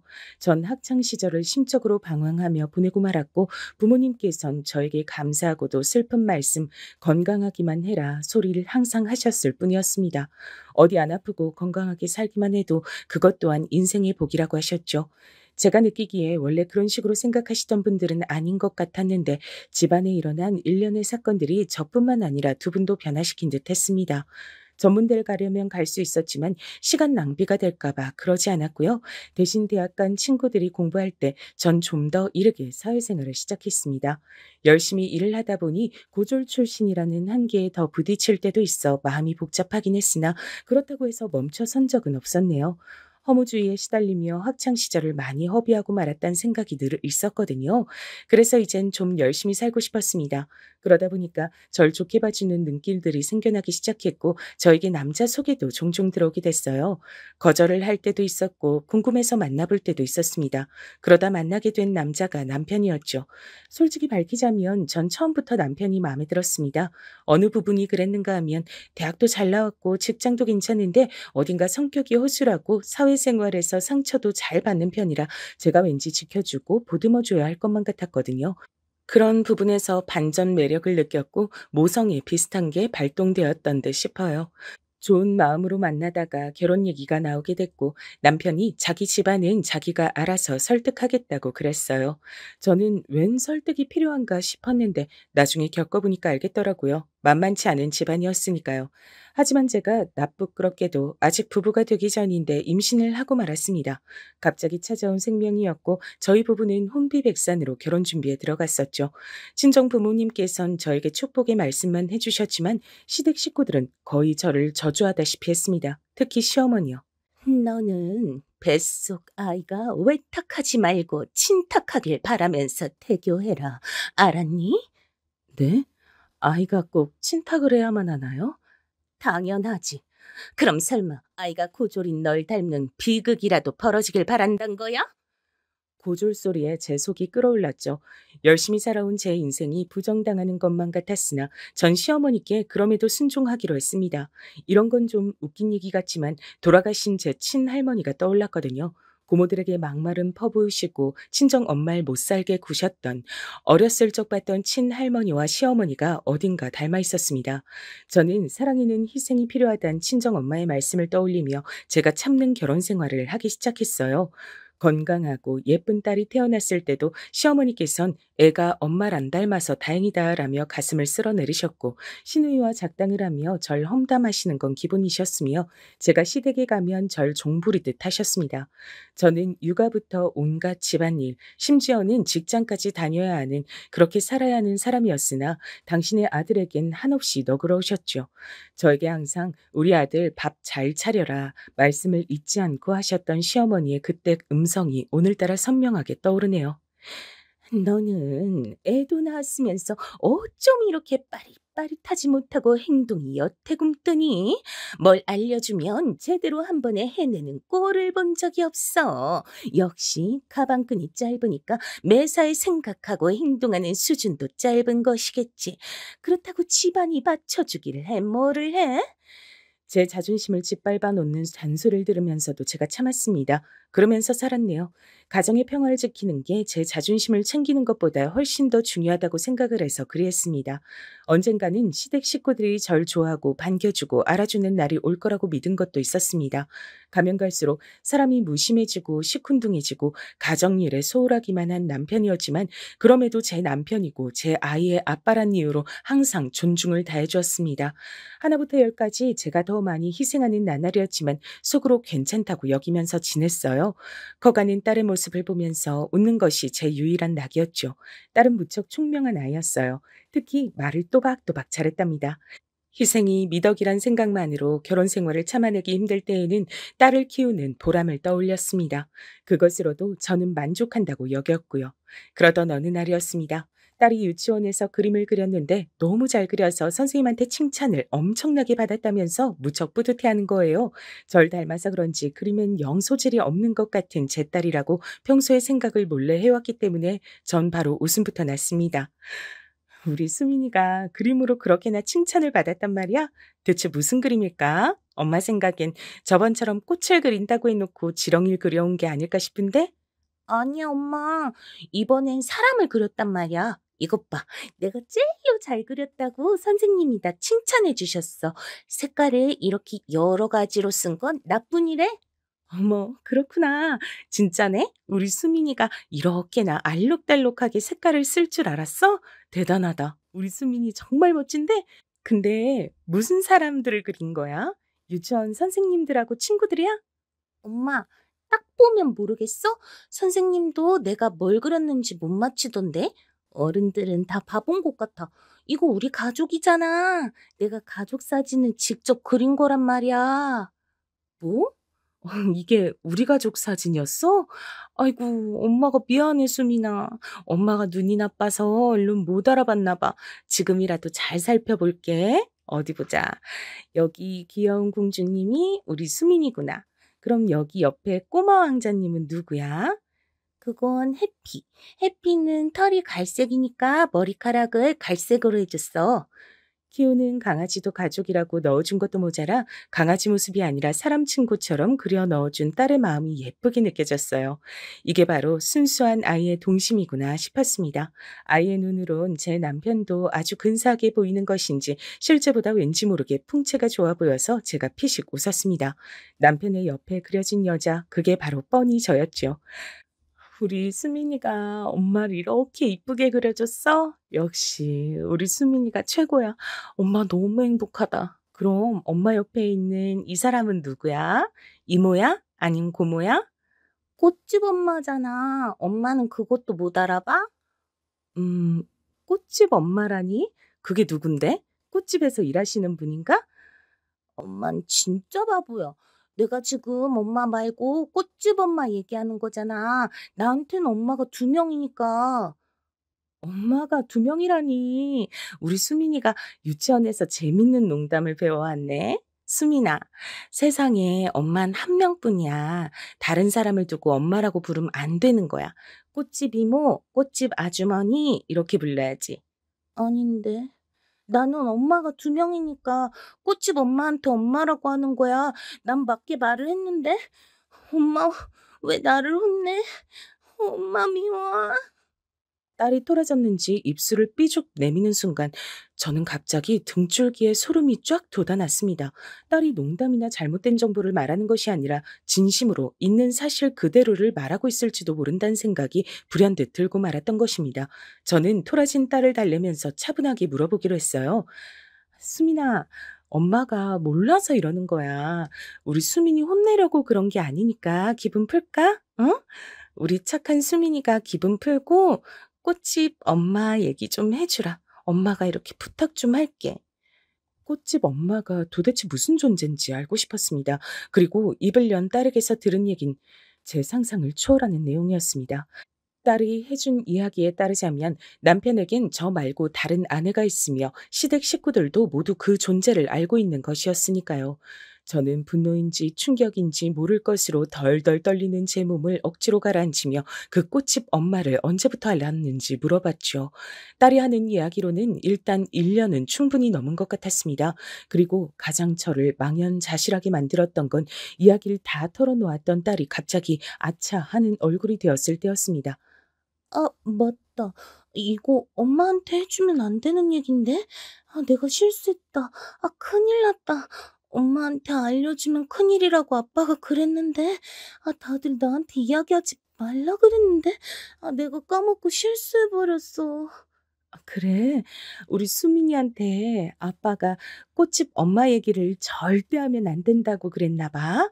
또 누가 수민이한테 그런 부탁을 했어? 응? 얘기하고 다니면 안 된다고 누가 그랬는데? 엄마한테 말해줘봐. 엄마가 비밀 지킬게. 우리 수민이야 얘기했다고 절대 알리지 않을 거야. 우리 둘만의 약속이야. 진짜? 정말이지? 그럼 약속해. 내가 얘기한 거 엄마가 비밀 꼭 지켜주기야. 꽃집 엄마 얘기를 하면 안 된다고 할머니가 제일로 나한테 많이 그랬단 말이야. 예상은 했으나 역시나 시어머니가 거론이 되자 저는 끓어오르는 화를 참느라 죽는 줄 알았습니다. 머리가 깨질 듯이 아파왔고 도저히 안 되겠어서 이웃집 애기 엄마한테 찾아간 다음 딸을 몇 시간 정도만 부탁했습니다. 그리고 저는 냉정해지려고 애를 썼어요.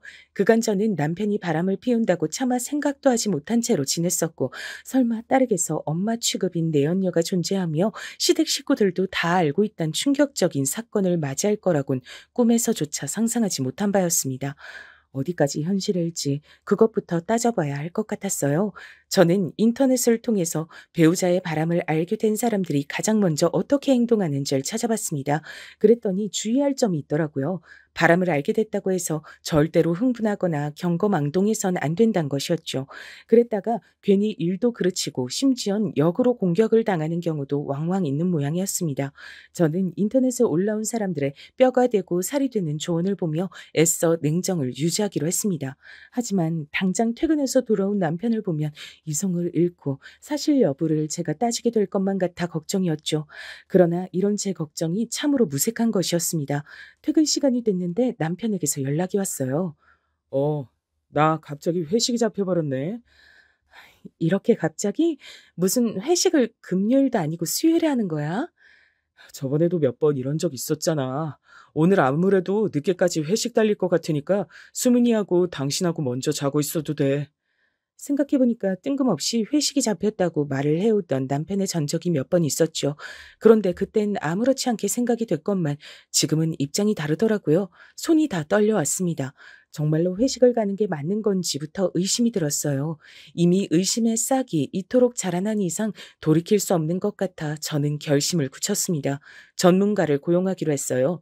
불륜의 증거를 전문적으로 잡아준다고 알려진 흥신소를 찾아간 겁니다. 비용은 비상금에서 마련했죠. 남편은 설마 하니 제가 비상금을 이런 곳에 쓸 줄은 꿈에도 모를 터였죠. 의뢰를 맡길 땐 이런 걸 정말 맡겨도 되는 건가 싶어 걱정이 됐지만 거기 사장님이 말씀하시길 불륜 커플들이 없었으면 그 업계는 진작 망했을 거라고 했죠. 그만큼 불륜을 많이 저지르고 그 내막이 기상천외할 때도 잦다고 했습니다. 씁쓸한 기분이 들면서 저뿐만 아니라 남들도 비슷한 상황을 겪는다는 것에 조금 안심이 됐던 것도 같아요. 딸의 입당속은 철저히 시켜놨으니 제가 설마 본인의 뒷조사를 하리라곤 남편이 꿈에도 모를 것이고 만약 뒷조사에서 별다른 것이 안 나온다면 가정의 평화는 쭉 이어질 것이라고 여겼습니다. 그러나 며칠이 지나 제가 받아든 결과물은 엄청난 것이었어요. 네? 저 정말로 제 남편에게 여자가 있었다고요? 그것도 꽃집을 운영하는 여자요? 예전에 만났던 사이로 추정이 되더군요. 여기 정리한 자료 있으니까 한번 넘겨보시죠. 예전에 만났다니, 그게 무슨 말씀이세요? 이건 뭐죠? 제 남편이 그 여자하고 대학 다니던 시절에 사귀었다고요? 주변 사람들은 다 아는 공개적인 커플이었다니. 저는 남편의 뒷조사가 이루어진 결과를 살펴보며 경악을 이어갈 수밖에 없었습니다. 내막은 이러했어요. 남편은 그 여자와 대학 다니던 시절을 사귀었고 대략 3년 정도를 만나다 헤어졌습니다. 그 여자는 남편보다 2살 연상으로 유복한 집안의 고명딸이었죠. 그 여자는 외국에 가서 박사 학위를 딸 정도로 배경도 좋고 머리도 좋았지만 결혼을 하면서 일을 내려놓게 된 모양이었습니다. 결혼하고 곧 임신을 했었기 때문이죠. 그랬지만 문제가 생겨 아기는 유산됐고 그러면서 2번 다신 임신하기 어려울 거란 병원의 소견도 들었던 것입니다. 그게 부부간의 불화를 불러왔던 듯 싶어요. 유산 이후 1년 만에 이혼을 한 것입니다. 집안에선 어떻게든 재혼을 시키려고 했지만 그 여자는 결혼 생활에 질릴 대로 질린 상태라고 주변의 공공연히 말을 하고 다닌다고 해요. 열심히 병원 치료를 받으면 혹시 임신이 다시 가능할지도 모른다면서 그 가족들이 난리를 쳤다고 하는데 그럴수록 그 여자는 임신에서도 마음이 떠버렸다고 합니다. 자기 인생에 임신은 2번 다시 없을 거라고 말을 하며 다녔다더군요. 그러면서 마음을 달래려 꼿꼿이 수업을 듣다가 아예 그쪽으로 창업을 하게 된 거죠. 집안에 돈이 있으니까 지원을 받았나 보더라고요. 그렇게 꽃집이나 운영하면서 조용히 잘 살았으면 참 좋았을 텐데요. 제 남편을 만난 겁니다. 어떻게 2사람이 다시 만난 건진 뒷조사에서도 나와 있지 않았어요. 다만 2사람이 바람을 피운 게 벌써 2년이 훌쩍 넘었다는 것만은 확실했고 이것이 절 미치게 만들었습니다. 2년이 넘는 기간 동안 전 매일같이 농락을 당하고 있었던 거예요.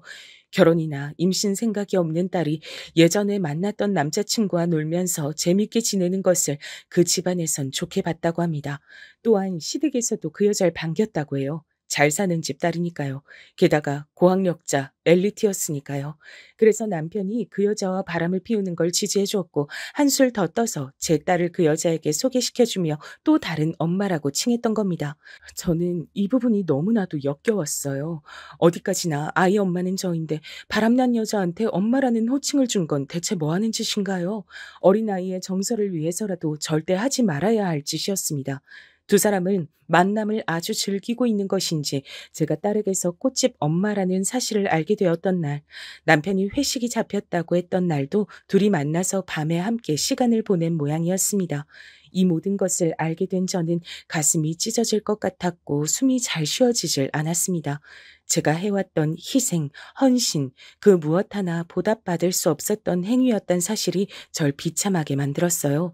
한 집안, 한 방, 한 침대에서 살고 있는 제 남편이란 작자가 철저하게 절 농락했다는 사실도 절 돌아버리게 만들었지만 다 같이 한 통속으로 절 바보 만들었던 시댁 식구들 때문에 더 미칠 것만 같았습니다. 뒷조사 결과에서 같이 딸려온 사진들이 몇 장 있었어요. 그 여자가 소지하고 있는 사진들이라고 하던데 꽃집의 구석에 걸려 있는 것들이라고 했습니다. 아무리 구석이라지만 보란 듯이 매장에 전시를 해놓았다는 것이 소름 끼쳤어요. 그 사진들은 남편과 딸과 함께 그 여자가 셋이 찍은 사진이었고요. 시댁 식구들 남편과 함께 어딘가로 놀러가며 환하게 웃으며 찍은 사진들이었습니다. 언제였는지 몰라도 절 빼고 모두가 모여 한마음으로 행복하고 재미있게 시간을 보냈던 거예요. 피눈물이 흐르는 것만 같았습니다. 사람을 바보로 만드는 것에도 정도가 있는 것이었죠. 이건 정말 사람이 할 짓이 못됐고요. 마주한 진실 앞에 머리가 아프도록 울고 난 전 제 자신을 위해 움직이기 시작했습니다. 더 이상 바보 취급을 당하고 싶진 않았어요. 이게 정말 현실이 맞냐며 왜 내가 이런 꼴을 당해야 하냐면서 그런 나약한 질문이나 쏟아내며 그들에게 응징할 수 있는 기회를 날리고 시간을 날리는 짓은 하지 않기로 했습니다.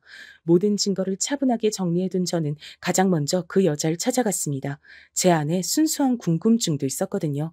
그 여자 정도 되는 인물이 아무리 실패한 결혼 생활이니 임신하기 힘들어진 몸이니 하더라도 왜 애까지 딸린 남자하고 놀아나고 있는지 답을 직접 눈앞에서 보고 싶었습니다. 아담한 꽃집이더군요. 통유리로 이루어진 매장이 이뻤습니다. 레이스가 달린 앞치마를 하고 기다란 머리를 한쪽으로 늘어뜨려 묶은 그 여잔 딱히 동안이 아니어서 자기 나이로 보였지만 수수하고 청초한 분위기가 있었어요. 요컨대 남자들이 잊지 못하는 자기만의 첫사랑 같은 이미지와 어울렸습니다. 그래서 제가 피식 웃고 말았는데 그 여자가 저와 눈이 마주치자마자 매만지던 꽃을 내려놓고 한숨을 깊게 내쉬더군요. 제가 누군지 아시는가 보네요. 네, 알고 있어요. 이쪽으로 와서 앉으세요. 커피 한 잔 드릴게요. 커피는 됐고요. 얘기나 좀 해주세요. 절 어떻게 아시는지 그 얘기부터 시작하시면 되겠네요. 그 여자를 보면 당장 뺨이라도 내려칠까봐 걱정했는데 막상 마주하니까 머리가 오히려 차갑게 식더라고요. 제 소중한 딸이 이 여자를 또 다른 엄마라고 여기며 그렇게 불러왔을 생각을 하니까 너무나도 기가 막혀서 그랬던 것일지도 모르겠습니다. 그 여잔 제 앞에서 무척이나 태연하게 제 남편과 만남을 이어온 얘기를 꺼냈어요. 그러면서 말을 하더라고요. 제 남편이나 시댁 식구들은 본인들이 입을 열지 않는 한 비밀이 영원할 거라고 여겼지만 자긴 그렇게 생각 안 했다고요. 분명 멀지 않은 때에 이런 순간이 올 거라고 예상을 했다고요. 그런 소리를 하면서 덧붙이길 제 남편을 진심으로 사랑한다 그랬습니다. 두 사람이 진짜 사랑하는 관계고 전 그 사이에 어쩌다가 보니 끼어버린 이물질이라 그랬어요. 남편과 바람이 난 상간녀에게서 제가 이물질이란 소리를 듣게 되다니 인생이란 참 잔인한 것이란 생각이 들었네요. 그런 저 같은 이물질을 왜 그 사람들이 여태까지 그냥 뒀을까요? 진작에 저 같은 이물질을 치워버렸으면 될 일인데요. 그 이유가 그쪽은 뭐라고 생각하시나요? 궁금했던 점을 한번 물어봤습니다. 남편이 진짜 사랑을 찾아서 바람을 피우는 거라면 시댁 사람들도 다 인정을 했다면 왜 제가 여태까지 이혼의 이응자도 마주하지 않고 살아온 것일까? 그게 희한했거든요. 근데 그 여자가 내어놓은 답변을 듣고 제가 멍해지고 말았습니다. 그건 제가 원했기 때문이에요. 전 이혼을 겪어본 사람이라 다시 누군가와 재혼하는 건 별로 달갑지 않았어요. 그래서 그 사람이 이혼하고 저한테 온단 걸 말렸습니다. 진짜 돌아버리겠네. 진짜 사랑이신데 결혼은 하기 싫어서 불륜 관계로만 지내셨다. 머리털 나고 들어본 얘기 중에 가장 황당하네요. 거기까진 내가 그렇다 칠게요. 근데요, 우리 수민이한테서 엄마 소린 왜 듣고 자빠졌던 거예요? 아무리 진짜 사랑이랍시고 포장해봤자 결국은 더럽고 역겨운 불륜일 뿐인데 거기 왜 애먼 어린아이까지 끼어들게 만든 거냐고요. 제가 그러도록 요구했던 게 아니에요. 어머님이 너무 애같하게 제가 수민이와 잘 지내길 원하셨기 때문에 따랐던 것뿐이에요. 어머님이요? 제 시어머니요? 그분이 왜요? 그분이 당신한테 뭐라고 그랬는데요? 쭉 지내다 보면 제가 결국 그 사람과 진심으로 결혼까지 하고 싶어지게 될지도 모를 일이니까 그때를 대비해서 아이와 미리 친해지는 게 낫다고 하셨어요. 저도 임신에 대한 부정적인 생각이 있을 뿐 아기 자체는 무척 좋아하거든요. 이쁘고 똘똘한 수민이 보자마자 저도 마음이 녹아내렸고요. 그래서 어쩌다 보니 아이에게서 엄마 소리 듣게 됐네요. 이건 정말 미안하게 생각합니다. 기가 막혀. 미안하다고 하면 단가요? 어린아이에게 더러운 경험을 하게 해놓고서 이제 와서 그럼 끝인가요? 제가 남편하고 이혼을 한다고 쳐요. 그쪽 때문에 제가 이혼을 한다고 치더라도 그게 아이와 무슨 상관이 있어요? 아이는 제가 키울 건데? 그건 본인의 생각일 뿐이잖아요. 그 사람도 그 사람 가족들도 전혀 그렇게 생각 안 합니다. 그리고 솔직히 저도 제가 아이를 다시 가질 거란 생각이 안 들기 때문에 이왕이면 수민이에게 욕심이 나는 것도 사실입니다. 이런 미친년을 봤나. 왜 집안 좋고 머리 좋은 여자가 처자식 있는 유부남하고 묻어먹는가 싶었는데 제정신이 아니라서 그랬구나. 이제야 명료해지네. 당신 두 번 다신 우리 수민이 근처에도 가지 마. 수민이 내 딸이야. 그 역겨운 불륜놀이에 감히 끼워도 될 존재가 아니야. 뭐 마음대로 생각하세요. 이미 모든 일은 벌어진 뒤니까요. 태어나기 짝이 없는 그 여자의 태도를 보며 정신적으로 문제가 많은 사람이란 생각이 들었습니다. 구제의 여지도 없겠더라고요. 마음을 단호하게 잡는 것에 아주 큰 도움이 됐죠. 저는 그 여자의 얼굴에 가운데 손가락을 날린 후 매장 앞에 침을 뱉고 떠났어요. 마지막에 당황한 그 얼굴을 보니까 그나마 기분이 좀 낫더라고요. 그날 저녁 남편이 화가 난 얼굴로 집에 왔습니다. 당신 희연이 가게 찾아갔었어? 가서 뭐라고 한 거야? 뭐라고 했길래 희연이가 상처를 받아서 우는 소리를 내? 잠깐, 수민이 어디 갔어? 안 보이네? 딸이 안 보이는 것보다 상간녀의 아니가 먼저인가 봐. 역시 자식까지 두고서 바람 피우는 미친놈의 사고해론 정상이 아니구나. 그게 아니라 암튼 수민이 어딨어? 그리고 대체 어떻게 알고서 희연이 가긴 찾아간 거야? 그년 이름이 희연인지 나발인지 안 궁금하니까 자꾸 말하지 마. 날 더 이상 자극하지 않아도 나는 이미 충분히 너희 년놈들을 찢어 발길 준비가 돼 있거든. 뭐라고? 당신 일단 진정하고 내 말 좀 들어봐. 진심으로 마음이 통하는 상대를 만난 게 죄는 아니잖아. 어쩔 수 없는 남녀감의 끌림인 거잖아. 그렇다고 해서 내가 당신을 더 이상 사랑하지 않는다는 것도 아니었어. 당신은 내 아이를 낳아준 엄마이고 함께 있으면 안정적이고 좋아. 당신은 당신대로의 매력이 있어. 그럼 개소리를 지금 나 듣기 좋으라고 하는 거야? 당신 정말 내가 만만하구나. 내가 바보 천치로 보이는구나. 그래. 이런 취급이나 받도록 내 자리를 내가 만든 거겠지. 호구처럼 당신 맞춰주면서 가정의 평화를 위해 나 혼자 노력하면서 그렇게 멍청하게 지내온 대가가 지금 이건 거야. 지난 날을 죽도록 후회해. 제발 이러지 마. 차분하게 우리 같이 생각이란 걸 해보자. 나 솔직히 집에 오기 전까진 당신이 희연이 많이 괴롭힌 것 같아서 화가 났었는데 지금은 좀 가라앉았어. 당신도 나에겐 소중한 존재라고 생각하고 있어. 우리 같이 해결법을 좀 찾아보자. 우리라니? 잘못은 너 혼자 있는데 왜 거기 날 끼워놨니? 어? 이 미친놈아. 너 지금까지 나한테 사과 한마디도 안 한 거 알아? 미안하단 상투적인 인사 한마디를 안 한 거 알고 있냐고, 이 나쁜 놈아. 근데 내가 널 어떻게 용서해? 어떻게 받아줘? 이미 다 끝났어. 그니까 해결법 같은 소리 하지 마. 진짜로 죽여버리고 싶으니까. 제가 이글이글 타오르는 눈빛으로 외치자 남편은 꿀먹은 벙어리가 됐습니다. 늘 져주면서 살았던 제가 이렇듯 폭발한 게 믿어지질 않는다는 표정이었죠. 그것마저도 가짱키 느껴졌습니다. 수민이 지금 자기 외할머니하고 재밌게 놀고 있을 거야. 그러니까 걱정하지 마. 앞으로도 쭉 우리 수민이 걱정은 하지 말았음에. 내가 키울 거니까. 당신하고 전혀 상관없이 나 혼자서 잘 키울 거야. 그런 줄 알아. 안 돼. 수민은 내 딸이기도 해. 당신이 뭔데 그런 결정을 혼자서 내려? 절대 용납 못해. 그래? 그럼 결정해. 수민이야? 아님 그년이야? 하나만 선택해. 수민을 선택하면 그녀는 죽는 그날까지 두 번 다시 만나질 않겠다고 각설써. 만나면 전 재산을 나랑 수민이한테 주고 이혼한 뒤 멀리 떠나버리겠다는 각설 써야 돼. 어떡할래? 당연히 우리 딸이 우선이지만 내가 그런 각서까지 쓰길 좀... 빈말이라도 쓰겠다고는 안 하네. 잘 알았어. 이제 끝이야. 넌 네 맘대로 바람 피우면서 애기 데리고 불륜에 껴넣기도 했는데 아이를 내가 키우겠다는 결정 내 마음대로 내리는 게 왜 안 돼? 넌 되고 난 안 돼? 웃기는 놈이네. 넌 나한테 박살날 각오나 해. 반성 따위 없는 뻔뻔한 남편의 모습에 남아있던 일말의 기대, 정 이런 것들이 다 날아가는 것이 느껴졌습니다. 제가 무척이나 강하게 나온 것에 놀라서 압도당했던 남편은 정신이 조금 들자 저에게 화를 내기 시작했어요. 자기가 그토록 죽을 죄를 지었다곤 생각하지 않는다고 하면서 난리를 쳐댔습니다. 개소리를 진지하게 들어줄 이유는 없었죠. 깔끔하게 무시했고 이혼 소송을 걸었습니다. 망설임 따윈 없었어요. 제가 이혼 소송을 걸자 시댁이 뒤집어졌죠. 시어머니께서 저에게 찾아와 제 뺨을 치셨습니다.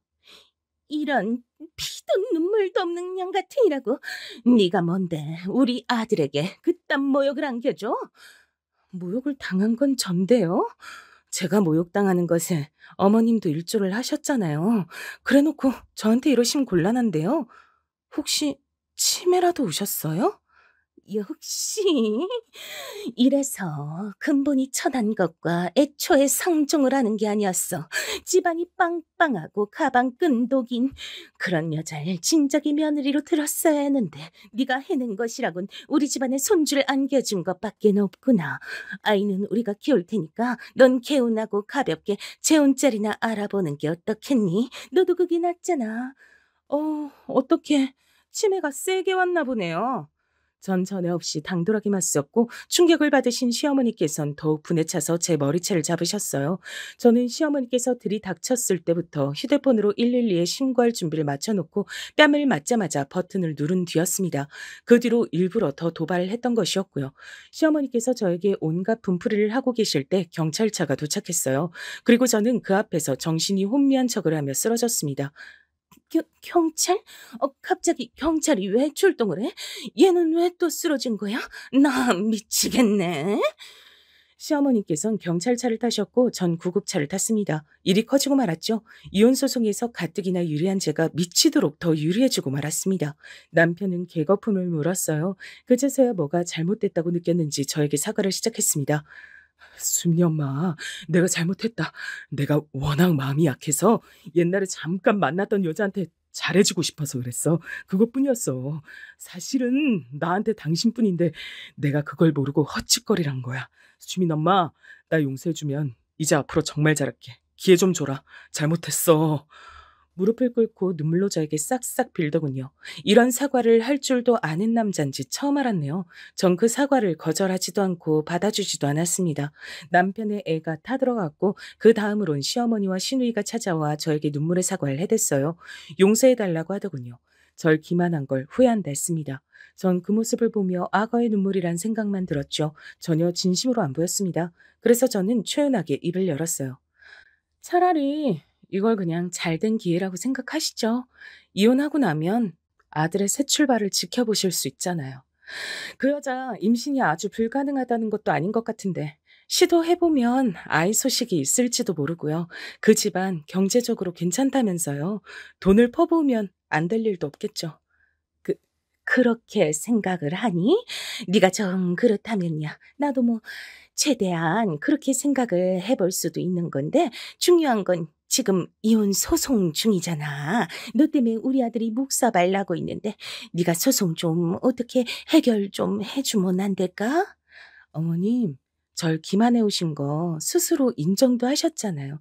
근데도 제가 이혼 소송으로 정당한 승리 하나 쟁취하지 못해야 한다고 생각하시는 거예요? 설마 그렇게까지 양심이 없는 건 아니시죠? 제가 조용히 일침을 가하자 시어머니와 시누이가 입술만 꽉 깨물 뿐 아무 대꾸도 못했습니다. 돌아서면서 제가 이렇게 말을 잘하는 년인 줄 몰랐다며 자기들끼리 불만 어린 중얼거림을 뱉더군요. 그게 다 들려서 저는 그냥 피식 웃고 말았어요. 전 당연히 이혼소송에서 승리를 거머쥐었고요. 아주 완벽한 승리였기 때문에 남편 놈은 탈탈 털렸습니다. 어린 딸도 당연히 엄마인 제가 키우는 것으로 결정이 됐고요. 남편은 딸 앞에서 눈물쇼를 펼쳤지만 크게 소용이 없었죠. 아빠, 꽃집 엄마는 엄마가 아니었어? 그냥 아줌마였어? 근데 아빠가 나한테 그 아줌마 엄마라고 부르라고 시켰던 거야? 아빠 진짜 이상해. 어, 아니야, 수민아. 그건 그럴 만한 이유가 있었어. 아빠가 나중에 다 설명해 줄게. 아빠가 엄마한테 상처 줬어? 엄마한테 잘못했어? 외할머니가 그랬는데 아빠가 엄마한테 아주 큰 잘못을 해서 이제 같이 못 사는 거래. 나 아빠 미워. 아빠 싫어서 이제 안 보고 싶어.